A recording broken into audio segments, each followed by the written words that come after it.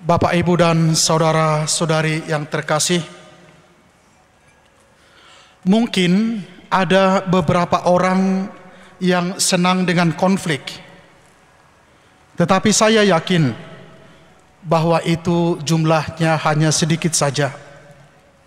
Sebagian besar dari kita tidak menyukai konflik, bahkan cenderung kita akan menghindarinya. Ketika kita berselisih dengan seseorang tentang sesuatu, itu akan sangat mengganggu kita. Ketika kita berkonflik dengan teman atau anggota keluarga, itu pasti menghilangkan rasa nyaman di hati kita. Pertengkaran dalam keluarga dan pertengkaran antara teman bisa menjadi sangat menyakitkan. Dan ketika kita berada di tengah-tengah pertengkaran atau konflik seperti itu, maka sering kita berharap agar itu cepat diselesaikan. Namun kadang-kadang kita tidak menemukan jalan untuk menyelesaikannya. Semakin lama konflik itu terpelihara di dalam kehidupan kita, maka semakin sulit untuk mengatasinya. Sering bahwa kita membutuhkan pihak ketiga, orang-orang yang ada di luar konflik itu untuk membantu menyelesaikannya. Dalam bacaan Injil yang baru saja kita dengar, kita mendengar tentang konflik di antara para pengikut Yesus. Pertengkaran di antara orang-orang yang dipilih Yesus menjadi orang-orang terdekat dengannya. Sebagai seseorang yang berada di luar pertengkaran itu, Yesus berbicara kepada mereka. Yesus bertanya, "Apa yang kamu pertengkarkan?" Para pengikut itu berdebat di antara mereka, bertengkar di antara mereka sendiri tentang siapa yang paling besar, siapa yang akan menjadi pemimpin. Saudara-saudari terkasih, bagi kita ini mungkin tampak seperti pertengkaran yang agak konyol ketika mereka berbicara tentang siapa yang terbesar. Namun ada begitu banyak pertengkaran dewasa ini, baik itu dalam keluarga, di antara teman, di antara kelompok, di tengah masyarakat kita, bahwa kadang-kadang di dalam komunitas-komunitas gereja kita, mereka bertengkar, mereka berdebat, mereka menghabiskan begitu banyak energi hanya berbicara tentang siapa yang paling besar dan siapa yang paling berkuasa. Maka kita sering mendengar pertanyaan yang diajukan orang dengan amarah. Siapa yang bertanggung jawab di sini? Siapa yang membuat keputusan ini? Dan lihat, inti dari banyak konflik adalah masalah kekuasaan dan bagaimana orang ingin mengontrol yang lain. Dalam bacaan kedua dari surat Yakobus, hendaknya menghantar kita ke dalam permenungan yang lebih dalam tentang diri kita. Yakobus mengatakan bahwa ambisi tertentu dapat menyebabkan konflik besar. Dikatakan demikian, kamu mengingini sesuatu, tetapi kamu tidak memperolehnya, lalu kamu membunuh. Kamu iri hati, tetapi tidak mencapai tujuanmu, lalu kamu bertengkar dan berkelahi. Secara khusus, ambisi untuk menjadi yang lebih besar, keinginan untuk mengendalikan dan mendominasi seringkali dapat menyebabkan apa yang disebutkan oleh Yakobus sebagai perang dan pertempuran. Ambisi, hasrat, secara alami tentu saja bukanlah hal yang buruk. Bahkan Yesus mendorong para pengikutnya untuk memiliki ambisi dan hasrat. Tetapi Yesus mau agar mereka memiliki ambisi dan hasrat untuk melakukan hal-hal dalam cara Tuhan daripada dengan cara-cara manusiawi. Mungkin Anda masih ingat dalam bacaan Injil pada minggu lalu, ketika Yesus menegur sifat ambisius dari Petrus, Yesus berkata, "Enyahlah iblis, kamu tidak memikirkan apa yang dipikirkan oleh Allah, melainkan apa yang dipikirkan oleh manusia." Selama hidupnya bersama dengan murid-muridnya, Yesus berusaha untuk membentuk ambisi dan hasrat dari para pengikutnya, sehingga mereka bisa menyesuaikannya dengan apa yang menjadi hasrat dan ambisi dari Allah sendiri atas kehidupan kita. Tadi kita dengar para murid memperlihatkan ambisi yang bersumber bukan dari Allah. Ambisi untuk memperoleh kekuasaan yang pada akhirnya jatuh kepada kepentingan diri sendiri. Dalam kisah yang lain dalam Injil, Yakobus dan Yohanes memohon dua tempat terhormat di kerajaan Yesus, satu di sebelah kanan dan yang lain di sebelah kirinya. Ambisi semacam inilah yang menurut bacaan kedua dari Yakobus yang menciptakan konflik dan membuat orang-orang berselisih, bertengkar, berperang, bahkan saling membunuh satu sama lain. Lalu apa yang bisa kita pelajari? Dalam bacaan Injil, Yesus mengemukakan kepada para muridnya ambisi atau hasrat yang berbeda, yakni ambisi atau hasrat untuk saling melayani. Jika seseorang ingin menjadi yang pertama, hendaklah ia menjadi yang terakhir dari semuanya dan menjadi pelayan dari semua.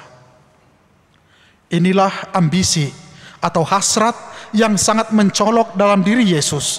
Ia pernah berkata, "Aku datang bukan untuk melakukan kehendakku sendiri, melainkan kehendak Dia yang mengutus aku."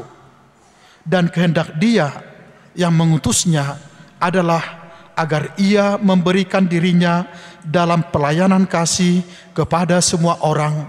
Bahkan Dia melakukannya sampai mati di kayu salib. Saudara-saudari terkasih, hanya Tuhan yang dapat memberi kita ambisi atau hasrat seperti yang Yesus katakan. Hanya Tuhan yang dapat memberi kepada kita hasrat untuk bertindak seperti Yesus sendiri. Hanya Tuhan yang dapat memampukan kita untuk memiliki sesuatu ambisi yang relevan, yang berkenan kepada Allah. Karena itu, tadi dikatakan dalam kitab Yakobus bahwa kita perlu berdoa agar kita memperoleh hasrat seperti ini. Yakobus dalam bacaan kedua berbicara tentang perlunya berdoa, dan bukan asal berdoa, tetapi berdoa dengan benar. Saya tidak tahu apakah dari kita masih banyak yang memiliki waktu berdoa secara rutin, atau mungkin hanya kadang-kadang saja.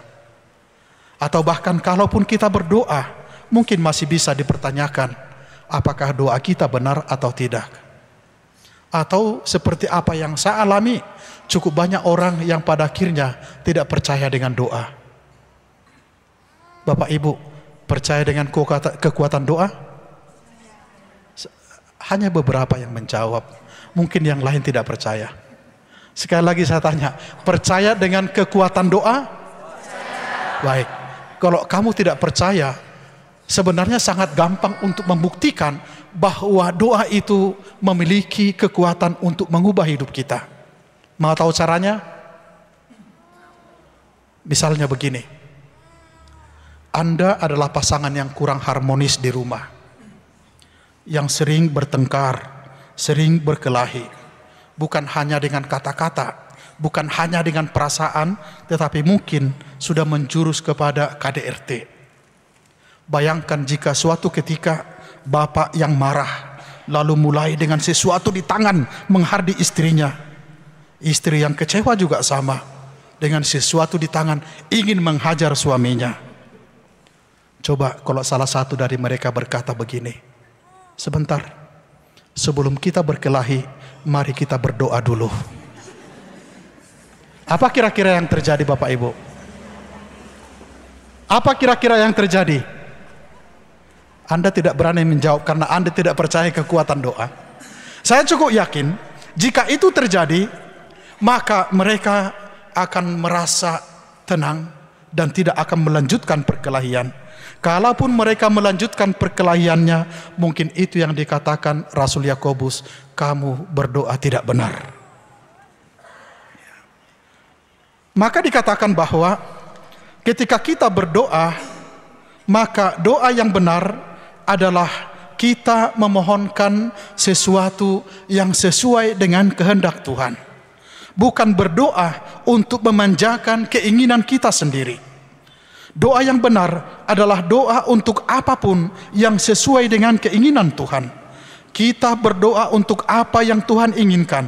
Kita berdoa agar ambisi Tuhan, agar kehendak Tuhan untuk hidup kita dan untuk dunia terwujud. Ini adalah doa yang kita panjatkan amat sering, yakni dalam doa Bapa kami ketika kita berkata, datanglah kerajaanmu, jadilah kehendakmu di atas bumi seperti di dalam surga. Kita memohonkan hasrat dan kehendak Tuhan untuk hadir di dalam kehidupan kita. Ketika Anda hidup di dalam hasrat Tuhan, ketika Anda hidup di dalam ambisi Tuhan, sadarilah bahwa tidak semuanya akan menjadi baik-baik saja. Ya. Kita perlu memahami bahwa tidak ada jaminan bahwa kita tidak memiliki konflik. Ya. Tadi dalam bacaan pertama dilukiskan bagaimana permusuhan kepada orang-orang yang melakukan kehendak Tuhan. Dikatakan begini dalam bacaan pertama. Orang-orang fasik berkata, marilah kita menghadang orang yang baik, sebab bagi kita ia menjadi gangguan. Marilah kita mencobai dia dengan aniaya dan siksa. Dan ingat, dalam sejarah gereja kita, ada begitu banyak para martir dan saksi-saksi iman yang adalah bukti bahwa dalam melakukan ambisi atau hasrat Tuhan di dalam kehidupan kita, tidak jarang kita teraniaya, bahkan terbunuh. Dan Yesus menjadi contoh yang paling utama. Saya cukup yakin masih segar dalam pikiran kita, terutama jika Anda aktif di sosial media, kekaguman yang luar biasa terhadap Bapak Paus Fransiskus ketika dia berkunjung ke Indonesia. Ada orang yang berbicara tentang pesawatnya, ada orang yang berbicara tentang jam tangannya, ada orang berbicara tentang sepatunya yang keriput, ada orang yang berbicara tentang mobil yang dipakai, ada orang yang berbicara tentang menu makanan di pesawat yang hanya satu jenis nasi goreng, lalu ada orang berbicara tentang paus yang begitu ramah dan cinta kepada anak-anak. Lalu seseorang berkata, paus bisa melakukan itu karena dia telah selesai dengan dirinya. Dia ada di dalam hasrat, ia ada di dalam ambisi seperti yang Yesus miliki, ingin mewartakan kasih dan kebaikan, perdamaian dan persaudaraan. Apakah semua orang puas dengan itu? Tidak. Dia juga dicemooh sebagian orang, dia juga dikritik sebagian orang, tetapi itu adalah konsekuensi ketika Anda berjalan bersama Tuhan. Sekali lagi, itulah sebabnya kita perlu berdoa. Bukan hanya untuk memperoleh hikmat dalam mengetahui kehendak Tuhan, mengetahui hasrat Tuhan, tetapi juga untuk memperoleh keberanian dalam mengekspresikannya dalam kehidupan kita sehari-hari. Bapak, Ibu, dan saudara-saudari terkasih, tadi Anda sudah melihat juga video, ya, bagaimana pekerjaan dari para suster-suster Alma, dan bisa dikatakan Yayasan Bakti Luhur yang bertahun-tahun mereka berkumpul dengan karya-karya Allah di dalam kehidupan mereka. Saya kira saya harus katakan, dari mereka pun kita bisa belajar bagaimana untuk menyesuaikan rencana kita, ambisi kita dengan rencana Allah. Amin.